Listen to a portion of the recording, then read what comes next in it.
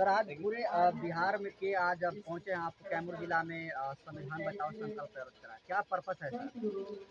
देखिए, जिस तरह से संविधान के साथ लगातार छेड़छाड़ हो रहा है, लगातार संविधान पर हमला हो रहा है, इसमें ज़रूरी है अपने संविधान जो हमारा धरोहर है, जो बाबा साहब ने हमें दिया है, बहुजन समाज को आगे बढ़ाने के लिए, बढ़ने के लिए, उस संविधान पर जो हमला हो रहा है, उसको रोकने के लिए ज़रूरी है कि हम बहुजन समाज के लोग संकल्प लें और लेकर के अपने संविधान को बचाने के लिए जो करने की ज़रूरत है, वो करें।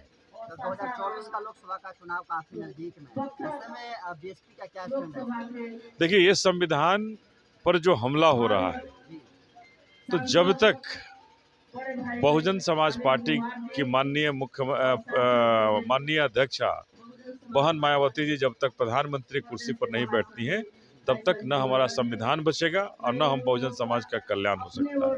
निश्चित रूप से 2024 जो आने वाले जो चुनाव में बहुजन समाज पार्टी अपनी दमदार लड़ाई लड़ेगा और बहुजन समाज पार्टी की प्रधानमंत्री बनेंगी, बहन मायावती प्रधानमंत्री बनेंगी। उत्तर प्रदेश में 403 विधानसभा की सीटें और 1 सीटों में बीएसपी जीत जाती है, तो ऐसे में लोकसभा क्षेत्र से बड़ा क्षेत्र हो गया, तो लग रहा है कि कुछ हो पाएगा। देखिए, 80 में 10 भी तो है ना, 80 में सांसद भी तो 10 हैं, तो सांसद से लोकसभा जीता जाएगा। और रणनीति बन रही है और रणनीति तैयार हो रही है। ये सांपनाथ और नागनाथ की जो जोड़ी है, जो बीजेपी और कांग्रेस की जो गठबंधन है, इन दोनों को निश्चित रूप से जवाब दिया जाएगा और इनके फन को, जो बहुजन समाज को डसने का काम करते हैं, जो दोनों सांपनाथ और नागनाथ, इनके फन को कुचलने का काम बहुजन समाज पार्टी करेगी और कुचल करके हाथी की सवारी होगी और देश निश्चित रूप से हाथी की सवारी करेगा और बहन जी देश की प्रधानमंत्री बनेगी और निश्चित रूप से तभी भारत का संविधान बचेगा और भारत में बहुजन समाज का सम्मान और मान बचेगा।